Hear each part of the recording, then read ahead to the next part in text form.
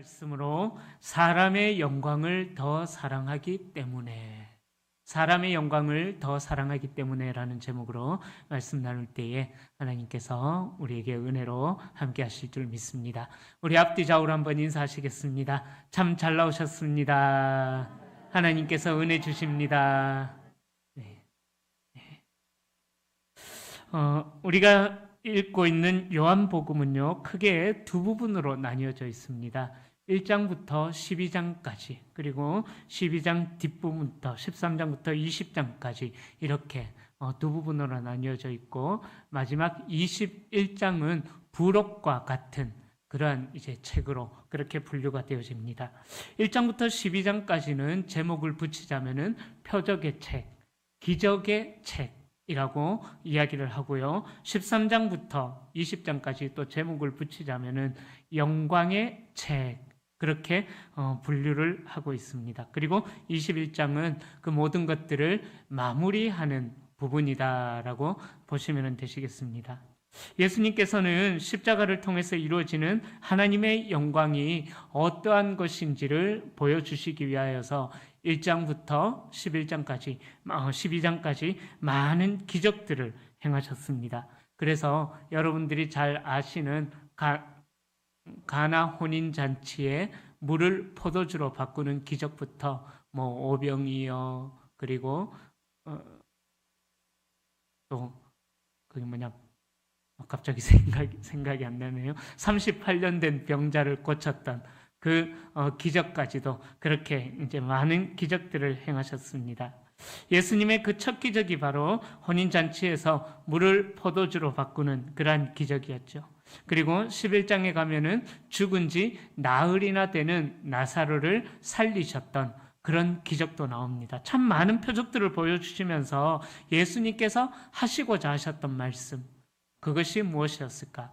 예수님께서는 그렇게 많은 기적들을 행하시면서 내가 누구다, 내가 누구다라는 것, 바로 내가 하나님이고 하나님의 아들이고 하나님과 동등된 자다, 그것을 예수님께서 행하시는 기적을 통하여서 우리들에게, 또 그 당시 이스라엘 백성들에게 가르쳐 주셨다라는 것이죠. 이사야 61장에 보면은 예수님께서 이 땅에 오셔서 행하시는 그 소명에 대하여서 이야기를 합니다.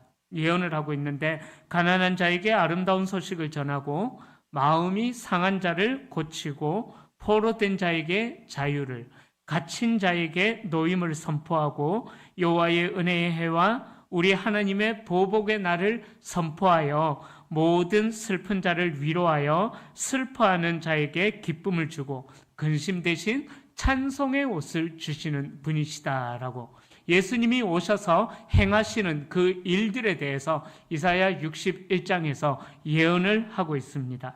자, 그렇게 예수님께서는 그런 기적들을 행하시면서 가나 혼인잔치부터 12장까지 이렇게 오시게 되었는데, 그런데 오늘 본문 37절에 보면은요, 예수님에 대해서 어떻게 말씀하고 있는가, 여기 함께 보시면은요, 이렇게 많은 표적을 그들 앞에서 행하셨으나 그들이 그를, 예수님을 믿지 아니하였다라고 37절에서 그렇게 이야기합니다. 요한복음에서는요, 예수님의 생애를 4번의 유월절을 기준으로 해서, 각각 한 개의 유월절씩을 기준으로 해서 예수님의 생애가, 시간이 흘러가고 있습니다. 첫 번째 유월절 때 예수님께서 행하셨던 일은 성전 청결 사건, 예수님께서 공생애를 처음 시작하시고 나서 바로 그 공생애 첫 사역이 성전을 깨끗하게 하신, 그 성전을 장사터로 만들어버린 장사치들을 다 내어 쫓으시면서 내 아버지 집은 기도하는 집이다, 하나님을 예배하는 집이다, 내 아버지를 예배하는 집이다, 그런 일들을 행하셨죠. 그리고 두 번째 유월절 때에는요, 아까 전에 제가 잠시 깜빡했었던 요한복음 5장에 나오는 베데스다 연못 사건, 그 베데스다 연못에서 어떤 일들을 행하셨어요?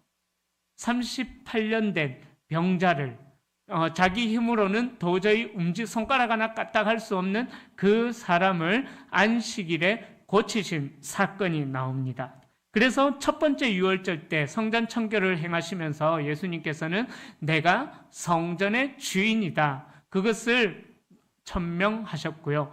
두 번째 유월절 때 안식일에 그 병자를 고치시면서 나는 안식일도 내가 주인이다. 왜요? 하나님이시기 때문에, 예수님이 곧 하나님이시기 때문에 내가 안식일의 주인이다. 자, 그래서 두 번째 유월절 때부터, 첫 번째 유월절 때도 그랬지만은 두 번째 유월절 때부터 예수님을 적으로 생각하고 죽이자, 신성모독죄다, 그렇게 생각하면서 수많은 사람들이 예수님을 죽이려고 쫓아다녔던 것이죠. 자, 그리고 세 번째 유월절 때는 예수님께서 어떤 일을 행하셨냐 하면은 요한복음 6장에서 벳세다 광야에서 오병이어로 5,000명을 먹이셨던 사건, 그 사건이 나오고, 네 번째 유월절 때는 이제 십자가에 달려 돌아가시는 그 사건이 나오게 되거든요. 자, 그러니까 사복음서를 볼 때 그 유월절, 첫 번째, 두 번째, 세 번째, 네 번째 유월절을 기점으로 해서 예수님께서 어떤 일을 행하셨는가, 그것을 살펴보면서 예수님의 사역을 보면은 예수님이 어떤 분이신가, 이사야가 예언한 61장에서 예언한 그 예언이 신약시대에 와서 복음서에서 어떻게 드러나게 되었는가 알 수가 있다라는 것이죠.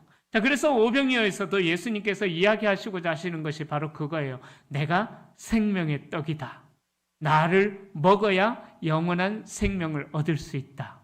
그렇게 말씀하셨던 거예요. 자, 그런데 그렇게 나는 생명의 떡이다, 나를 먹어야 너희들이 영원한 생명을 얻을 것이다, 그러니까는 사람들이 오해를 하는 거죠. 우리가 식인종도 아니고 어떻게 저 남자를 뜯어 먹을 수가 있느냐.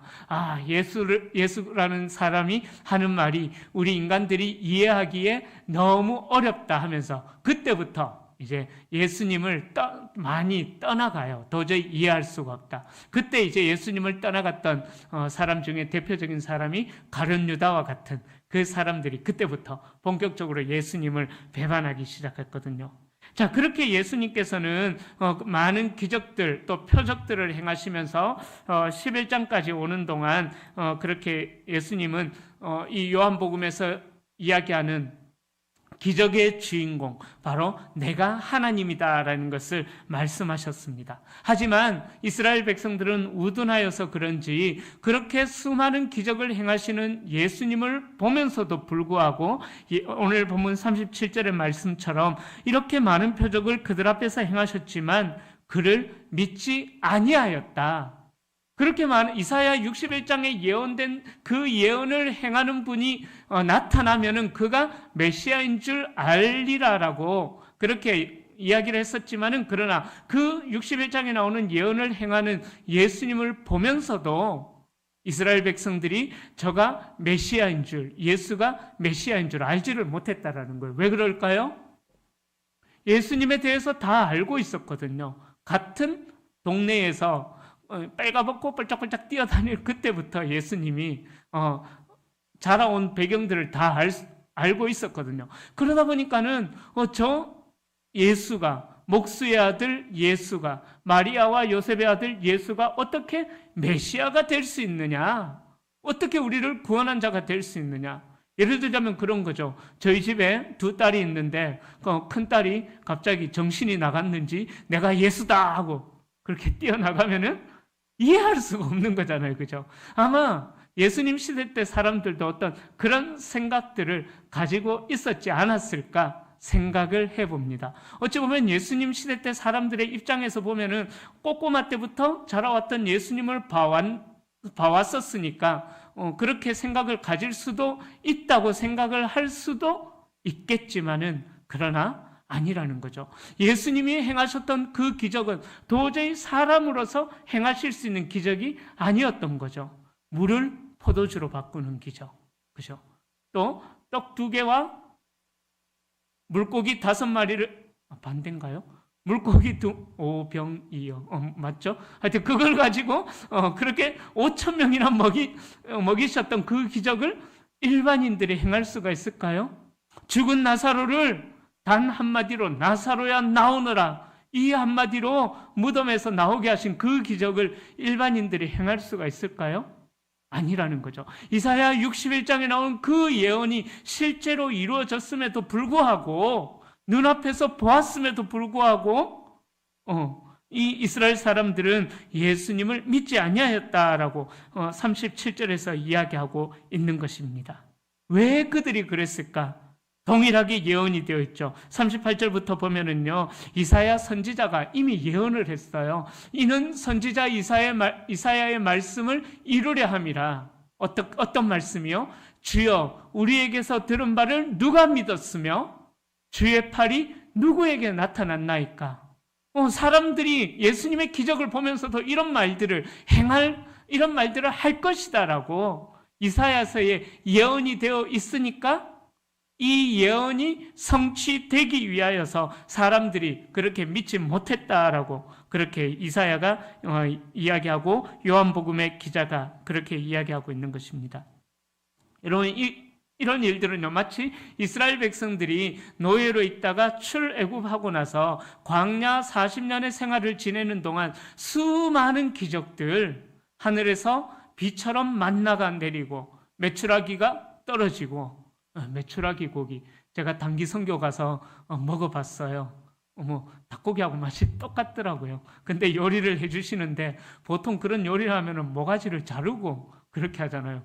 머리까지 이렇게 톡 있는데 얼마나 먹기가 죄송했었는지 미안하다 하면서 그렇게 먹었던 기억이 나는데 하여튼 맛있더라고요. 메추라기 먹어보니까 처음 먹어봤는데, 자, 그렇게 하늘에서 메추라기가 비처럼 내리는 그런 기적들, 그리고 또 바위에서 물이 터져나오는 기적들, 홍해가 갈라지는 기적들, 자, 그렇게 수많은 기적들을 이스라엘 백성들이 광야 생활하는 동안 보았음에도 불구하고 언제 하나님이 우리와 함께 하셨냐?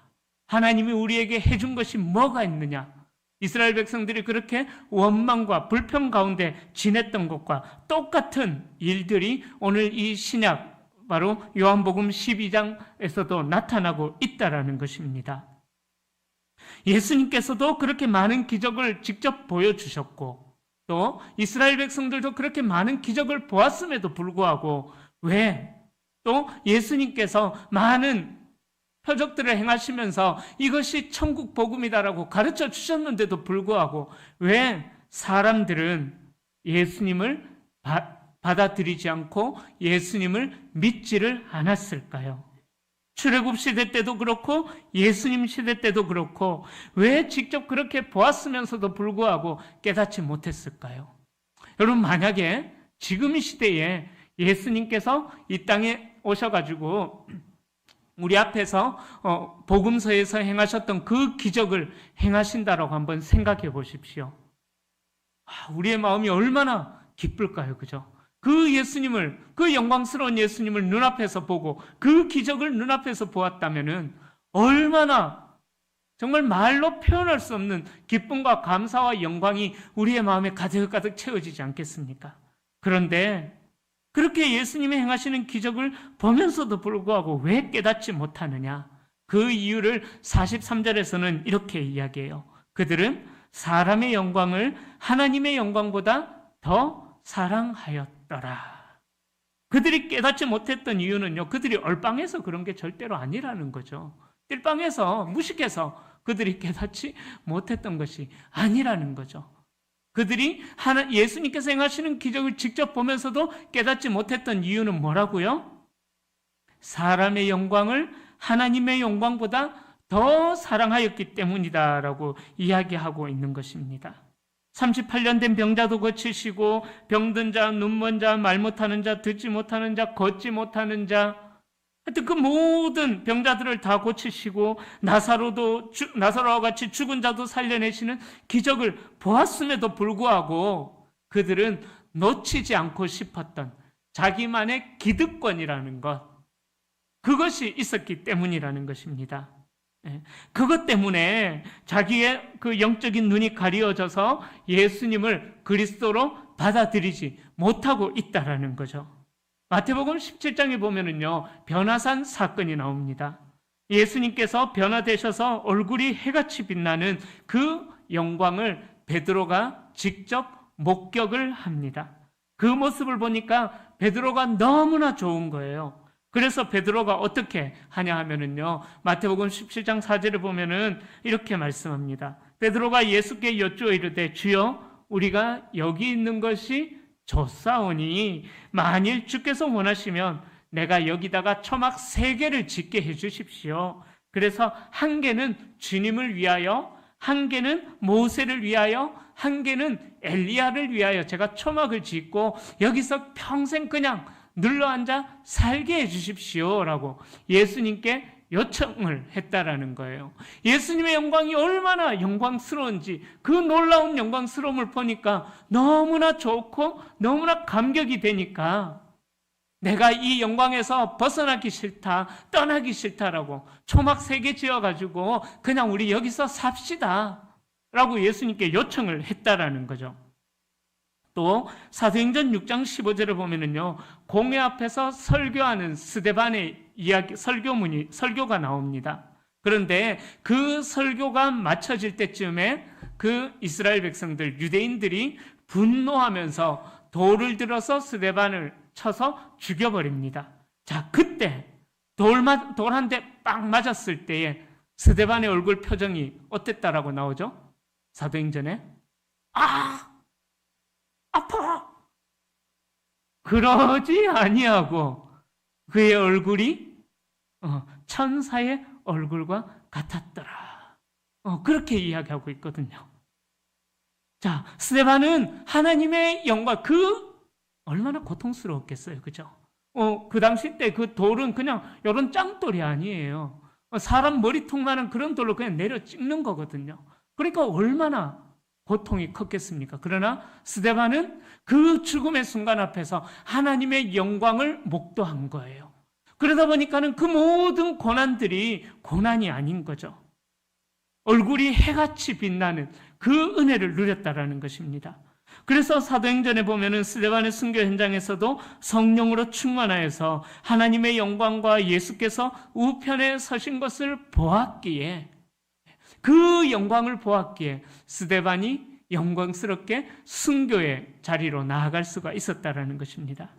사랑하는 성도님들, 우리가 이 땅을 살아가는 동안 우리의 삶을 새롭게 해 나갈 수 있는, 또 우리의 삶을 변화시켜 나갈 수 있는 그 하나님의 영광을 저와 여러분들이 배울 수 있기를 축원합니다. 하나님의 영광을 보지 못하게 되면은 내 눈에 뭐가 보이게 될까요? 세상의 영광이 보이는 거예요. 하나님의 영광이 내 눈에 가득 채워지지 않으면은, 하나님의 영광이 내 마음속에 가득 채워지지 않으면은 내 안에 뭐가 채워질까요? 세상의 영광이 채워지게 된다라는 것입니다. 사람의 영광이 더 크게 보이게 된다라는 거예요. 사람의 영광이 무엇일까요? 한마디로 말하자면은 잘 먹고 잘 살기 위한 그런 방법들이다라고 생각할 수가 있겠죠. 또 다른 이야기를 하자면은 다른 사람보다 내가 더 잘 되는 것, 그것이 바로 사람의 영광이다라고 이야기할 수가 있겠죠. 오늘 본문에 나오는 예수님 시대 때 관리들이 그러했습니다. 그들은 로마의 식민지로 삶을 살아가는 동안 편안한 삶을 살아가기 위하여서 수단과 방법을 가리지 않고 자기의 영광을 추구하면서 사는 그러한 자들이 바로 관리들이었다라는 거예요. 종교 지도자들이었다라는 것입니다. 우리가 사복음서를 읽다 보면은 대제사장들이라는 말이 많이 나옵니다. 사복음서에 보면은 이 마태복음부터 요한복음까지 읽다 보면은요, 대제사장들이라는 이 단어가 무려 52번이나 나와요. 그런데요, 이 대제사장은 절대로 복수형이 될 수가 없는 단어라고 제가 몇 번 말씀을 드렸던 기억이 납니다. 기억하시나요? 네. 그런데 어떻게 당시 예수님이 살아계시던 그 시대 때 대제사장들이 그렇게 많았을까? 바로 성직 매매가 있었다라는 거죠. 성직 매매. 그러니까 그 대제사장들을 돈을 주고 구입을 하는 거예요. 대제사장직을 구입을 해가지고 성전 안에서 장사터를 만들어가지고 장사를 하면서 먹고 사는 거죠. 왜요? 대제사장직을 구입하기 위하여서 투자를 했으니까 그만큼 빼내야 나도 먹고 살잖아. 그죠? 투자한 사람도. 그래서 그런 대제사장직을 돈으로 사는 성직 매매가 있었다라는 것입니다. 그래서 그 대제사장들이 일종의 회사가 되는 거예요. 회사. 그래서 그 그룹의 대제사장 회사라는 그룹의 CEO는 누구였냐 하면은 여러분들 기억하실 건데 안나스와 가야바라는 그런 사람들이 대제사장, 쉽게 말하면 대제사장 회사의 CEO, 대표이사 역할을, 사장님 역할을 하면서 그렇게 대제사장들을 관리했다라는 거죠. 예. 그런데 대제사장은요, 아론의 자손 중에서 한 명, 그리고 그 사람이 죽으면 또 그 자손 중에서 또 한 명, 그렇게 한 명만 되는 건데, 그런데 이런 대제사장마저 그룹이 되다 보니까는 그렇게 관리들이 자기의 영광을 추구하면서 살아가는 자가 많았다라는 거죠. 자, 그런데 이 관리들 중에서도요, 42절에 보면은요, 의외의 말이 나옵니다. 42절에 보면은, 그러나 관리 중에도 그를 믿는 자가 많대. 그죠? 예수님이 메시아이심을 믿는 자가 많았다라고 이해를 하고 있습니다. 이들은 당시, 이 관리들이 누구냐 하면 당시 유대 시대를 하여튼 사로잡던, 관리하던, 주름잡던 그런 세력들이었습니다. 당시 최고 법기관이었던 사내들인 공의회라는 그런 곳의 중심 세력들이었어요. 사내들인 공의회를 요즘 말로 이야기하자면은 법조계, 행정계, 모든 그런 정부기관을 총괄하는 기관이다라고 보시면 되는 것이 바로 사내들인 공의회였습니다. 최고의 권력기관이고 최고의 종교기관이었습니다. 모든 권한을 다 가지고 있는 그런 기관이었어요. 거기에서 관리라면은 아주 엄청난 권력을 가지고 있었던 그런 사람들이었습니다. 부를 가지고 있는 그런 사람들이었습니다. 한국 근현대 소설 중에요. 근현대 소설 중에 윤홍길 씨가 쓰신 완장이라는 소설이 있습니다. 완장. 옛날에 이게 드라마에도 방영이 되었었어요. 저도 아주 재밌게 봤었던 기억이 나는데 임종술이라는 주인공을 조형기 씨가 이제 완장 하나 차고 연못 관리하는 그 저수지를 관리하는 역할을 했던 그런 드라마였습니다.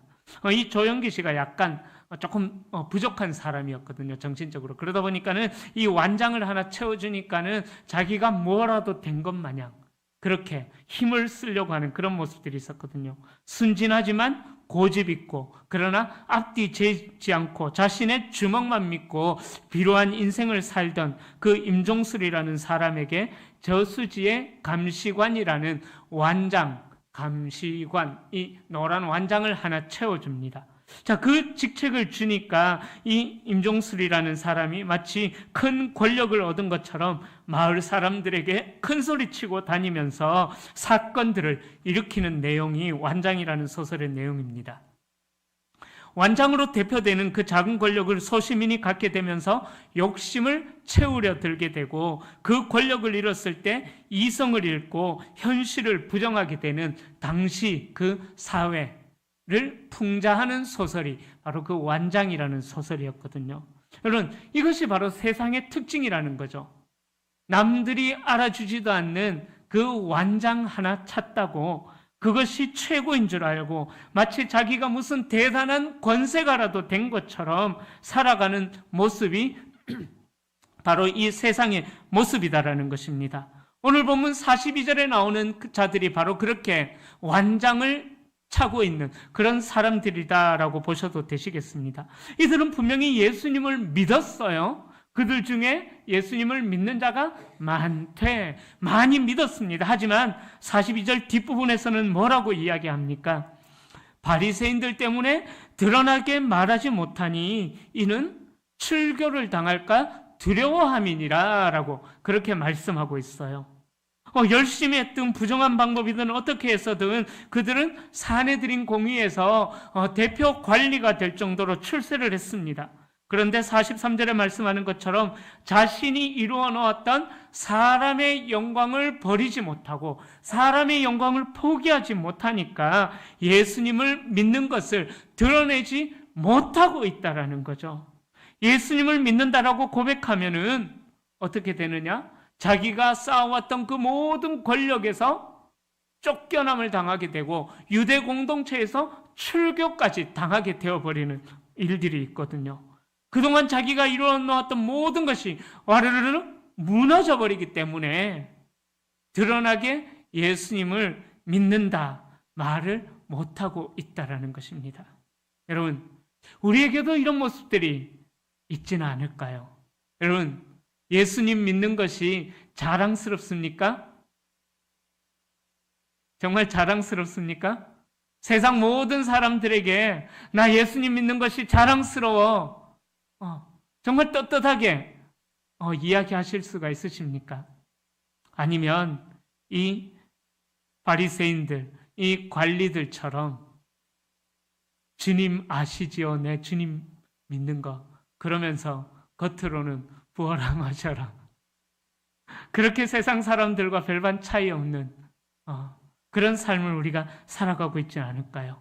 내가 쌓아놓았던 그 모든 세상의 영광들이 한순간에 모래탑처럼 무너지게 될까봐 그것이 싫어서 드러내지 못하는 우리의 모습들이 있지는 않을까.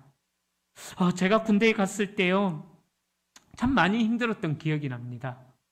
그죠? 욕 한마디 안 한다고 일주일 내내 밤새도록 머리 박고 깍지 껴서 엎드리고 밤에 잠을 안 재우더라고요. 그냥 욕 한 번만 하면 되는데 에이 18 예를 들자면 그런 식으로 그런 식으로 한마디만 하면 되는데 그 말을 도저히 못 하겠는 거예요. 그래서 네가 뭐 신학생이라고 뭐 다를 거 있겠느냐 하면서 고참들이 일부러 저를 일주일 내내 밤에 잠을 안 재우고 계속 괴롭히는 거예요. 네. 저도 왜 그랬는지 모르겠습니다. 그때 그냥 한마디 주님 아시죠 하면서 에이 18 하면서 그랬으면 평안한 일주일을 보냈을 건데, 그죠? 네. 여러분, 드러나게 믿지 못하고 있는 우리의 모습들이 비단 이런 모습들 뿐만이 아닐 거예요. 가만히 생각해 보면은 세상 사람들과 별반 부어라 마셔라 이거는 하지 않더라도 세상 사람들이 추구하는 것과 별반 차이 없는 것들을 바라고 추구하면서 살아가는 우리의 모습이 있다면은 오늘 이 관리들처럼 믿기는 하지만은 무너질까봐 드러내지 못하였더라. 이렇게 된다라는 것입니다. 여러분, 사람들이 그렇습니다. 어떻게 해서 높은 자리까지 올라가긴 올라갔습니다. 그런데 그 자리에서 내려오는 것이 정말 쉽지 않아요. 요즘 국정감사 참 재미있습니다. 보면은 하여튼 어떻게 이런 재미있는 하여튼 많이 재미있습니다. 솔직하게 저 보면은 국정감사 하는 거 보면은요, 그죠? 그런 모습들이 우리 안에 있다라는 거죠. 42절의 관리들이 바로 그런 모습이라는 거예요. 믿는다라고 말하면은 출교를 당하기 때문에 자기가 이루어놓은 모든 것들이 무너져 버리기 때문에 내가 이루어놓은 그 영광을 놓치고 싶지 않아서 기득권을 놓치고 싶지 않아서 예수님을 믿는다라는 말을 할 수가 없다라는 거죠. 여러분들은 어떠십니까? 우리나라는 개인의 종교가 자유롭게 보장되는 사회 속에서 살고 있습니다. 그러다 보니까 우리에게는 종교의 자유가 있다 보니까는 42절에 믿음을 드러내지 못하는 관리의 모습이 이해가 안 되죠. 그렇다면 여러분들께 다시 여쭤봅니다. 정말 관리들이 드러내놓고 믿음이 있다는 것을 말하지 못하는 이 현실이 이해가 되는 것 정말 맞으십니까? 그런데 여러분들, 이 관리의 모습들이 이해가 되면, 용납이 되면 안 되는 것입니다. 무슨 말씀이냐면은 내가 예수님을 믿지만 내 믿음을 아주 조금만 숨기고 살아간다면은 내가 많은 권세와 많은 부와 많은 명예를 유지하면서 살아갈 수가 있어요. 예수님을 믿는다고 드러내놓고 말하지 않고 관리들처럼 조금만 숨겨도 내가 지금 유지하고 있는 것 충분히 유지하면서 살아갈 수가 있는 것이 우리의 현실입니다. 잘 먹고 잘 살 수가 있습니다. 베드로처럼 예수님을 모른다고 부인을 하지는 않더라도, 부인까지는 안 하더라도 내가 믿음을 가진 것을 조금만 숨겨도요, 세상에서 출세할 수가 있어요. 사내들인 공회의 관리라는 직책을 유지할 수가 있는 것입니다. 제가 익산에서 사역하는 동안 한 장로님의 고백을 들으면서 참 많은 충격을 받았습니다. 그 장로님이 계장으로 은퇴를 하셨어요. 시청에서 근무하는 장로님이셨는데 계장으로 그냥 6급인가 7급인가 하여튼 그걸 계장이면 6급인가요? 하여튼 6급으로 그냥 은퇴를 하셨는데 충분히 4급까지도 올라갈 수 있는 그런 실력과 그 모든 것을 다 갖추었대요. 근데 왜 직급하지 못해서 주변 모든 분들이 털어서 뭔지 아냐 나는 사람이라고 너무나 많은 주변의 동료들도 존경까지도 했습니다. 그런데 제가 장로님께 여쭤봤어요. 장로님, 왜 그렇게 살짝 하시지 왜 안 하셨어요? 제가 목사인 제가 그래서 좀 하시라고 그래서 그래서 한 자리 더 올라가서 더 영향력 있게 하셔도 되지 않냐고. 그러니까 장로님이 저에게 그렇게 이야기하시더라고요. 목사님, 그 순간 제가 하나님 앞에서 망하는 거예요. 하나님 앞에서 망하는 거예요. 그 돈 조금만 쓰면은 충분히 그 국장까지도 올라갈 수 있는 그러한 분이셨는데도 불구하고 그 신앙을 놓치지 않기 위하여서 그 직책을 포기하면서 만년계장으로 있다가 은퇴를 하셨어요. 그런데 은퇴하고 나서 또 어떻게 됐느냐? 더 좋은 직장에 취직을 하셔가지고 그렇게 상무였나? 하여튼 뭐 그렇게 취직을 하셔서 직장 생활을 계속하고 지금도 계속하고 계실 거예요. 여러분, 제가 무슨 말씀을 드리려고 하냐면요, 예수님 시대 때 믿음을 고백하고 출교를 당한다라는 것은 단순한 게 아니에요. 목숨을 내어놓는 그런 일들인 것입니다. 영화에서 보면은 원형 경기장에 며칠 굶은 사자를 풀어놓고 사자의 밥이 되는 현실인 거예요. 우리 한 목사님이 요즘 말세 설교를, 베드로 전서를 설교하다 보니까 말세 설교를 많이 하시는데 아주 적나라하게 직접적으로 표현 많이 하고 있어요. 그죠? 새벽에 나오시는 분들은 아십니다. 무시무시한 죽음. 너무나 비극적으로 이야기한다 싶겠지만은 당시 현실이 사실이었습니다. 그러게 여러분, 이 관리들의 모습이 공감이 안 된다라고 이야기를 해야 되는 것이 맞는데, 그런데 안타깝게도 공감이 되시죠. 그죠? 솔직하게. 죽기 싫잖아요. 그죠? 그래서 요한은 43절에서 이 관리들의 믿음에 대하여서 정의를 내리는데, 그들은 사람의 영광을 하나님의 영광보다 더 사랑하였다. 그렇게 결론을 내렸던 것입니다. 여러분, 이 관리들의 모습이 이해가 되어지지 않기를 축복합니다. 공감이 되어지지 않기를 축복합니다.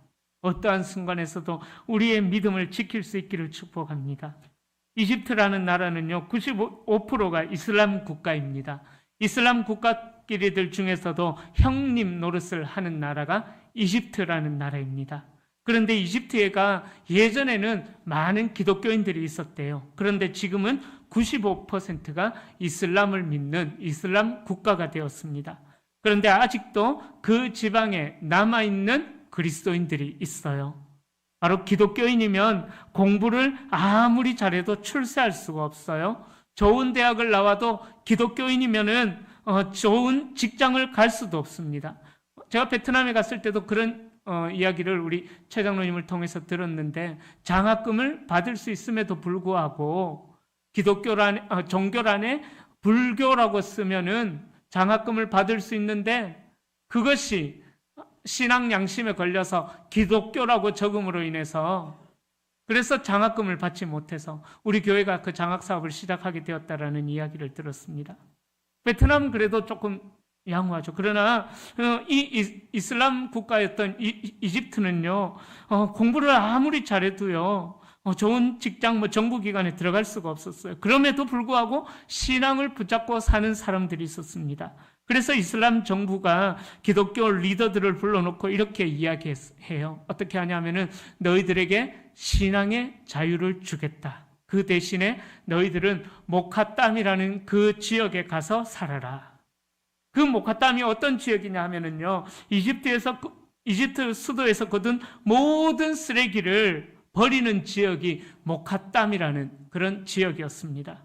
그래서 이 이집트 정부 관리들이 기독교 리더들에게 그렇게 이야기를 하는 거예요. 너희들에게 신앙의 자유를 주겠으니까 그 대신에 너희는 모카땀이라는 지역에서 평생 자자손손, 대대손손 쓰레기 분리수거를 하면서 살아라. 그렇게 제안을 했어요. 그렇게 하면은 너희들에게 종교의 자유를 주겠다. 그 말을 듣고 나서 그 이집트의 기독교 리더들이 단 한 번의 고민도 없이 우리는 그렇게 하겠습니다. 라고 모든 그리스도인들이 모카땀이라는 지역으로 몰려들어서 평생 자자손손, 대대손손 쓰레기 분리수거를 하면서 살아가는 선택을 합니다. 그런데 그 지역에 무려 2만 명이 함께 예배드릴 수 있는 교회가 있어요. 여러분, 정말 신앙을 위하여 여러분들 모든 것을 버릴 수가 있겠습니까?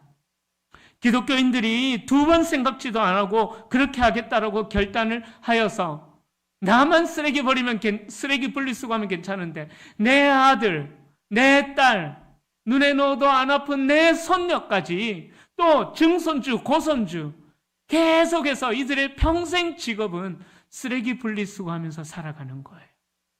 그 더러운 쓰레기 냄새를 온몸에 배면서 살아간다는 것입니다.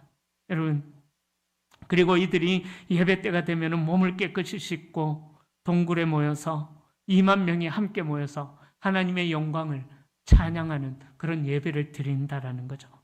여러분, 정말 신앙을 위하여 사람의 영광을 버릴 수가 있으시겠습니까? 저도 모르겠습니다.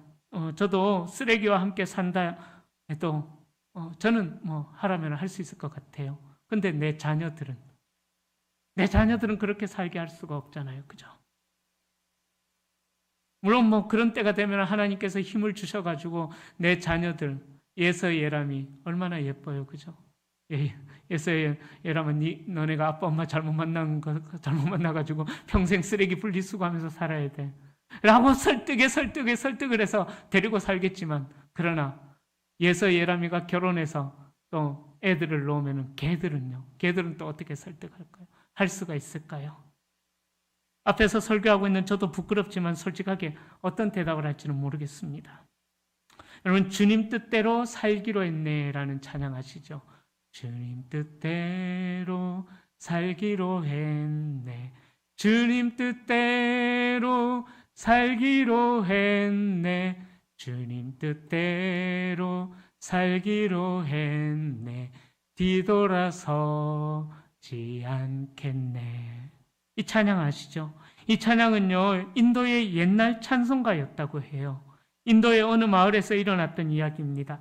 그 마을의 어느 한 가족이 예수 그리스도를 믿게 되었어요. 이 일로 인해서 온 마을 사람들이 동요하기 시작합니다. 그래서 매우 화가 난 채로 그 가족을 마을 광장으로 끌고 와요. 그리고는 그 마을의 추장이 그 예수를 믿는 가장에게 이야기를 합니다.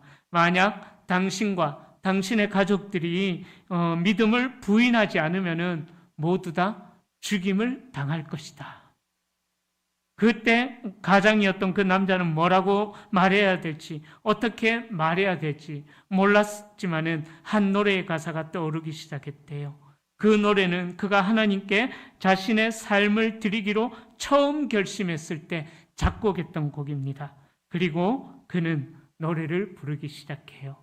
주님 뜻대로 살기로 했네. 주님 뜻대로 살기로 했네. 뒤돌아서지 않겠네.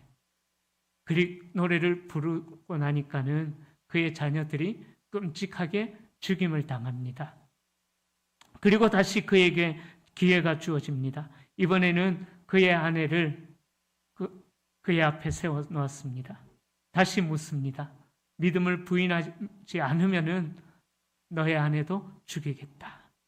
그때 역시 이 사람이 이 찬양을 합니다. 이 세상 사람 날 몰라줘도, 이 세상 사람 날 몰라줘도, 이 세상 사람 날 몰라줘도 뒤돌아서지 않겠네. 아내가 끔찍하게 죽은 이후에 그에게 이제 마지막 기회가 주어집니다. 이번에는 너가 죽을 것이다. 자신을 살릴 수 있었지만 그는 여전히 노래합니다. 세상 등지고 십자가 보내, 세상 등지고 십자가 보내, 세상 등지고 십자가 보내, 뒤돌아서지 않겠네. 그 남자와 그 가족들은 그날 목숨을 잃었지만, 그런데요, 그곳에 놀라운 일들이 일어납니다. 추장의 마음에 복음의 씨앗이 심겨진 거예요. 그 씨앗이 자라나서 결국에는 마을 사람들을 광장으로 불러놓고 이제 그 추장 자신이 우상을 버리고 예수 그리스도를 믿기 시작했다라고 결심을 하고 공포를 합니다. 그리고 복음이 확산이 되어져서 온 마을을 덮고 전 지역에 퍼져나갑니다. 왜냐하면 그들은 죽음이라는 대가를 지불하고 희생된 한 그리스도인의 가정을 통해서 하나님이 어떤 분이신지 깨닫게 되었고 진정한 믿음을 똑똑히 보았기 때문인 것입니다. 여러분, 우리 그리스도인이 누려야 할 영광, 그것이 무엇일까요? 이제 말씀을 마무리합니다. 여러분, 우리 그리스도인들이 누려야 할 영광은요, 세상의 영광의 지위에 있지 않습니다. 예수님을 믿음에도 세상의 욕망과 가치관을 거절하지 못하고 순응하며 살아가는 것은 그것들이 주는 영광을 포기하지 못하기 때문인 것이죠. 눈에 보이는 권세들이 두려워서 그리스도인의 삶을 외면한다면 결국은 하나님도 우리를 외면하실 것입니다. 그러기에 여러분, 우리가 누리고 있었던 것을 읽고 싶지 않아서 침묵했고 두려워서 눈 감아버렸다고 핑계할 수 없을 그때가 올 것입니다.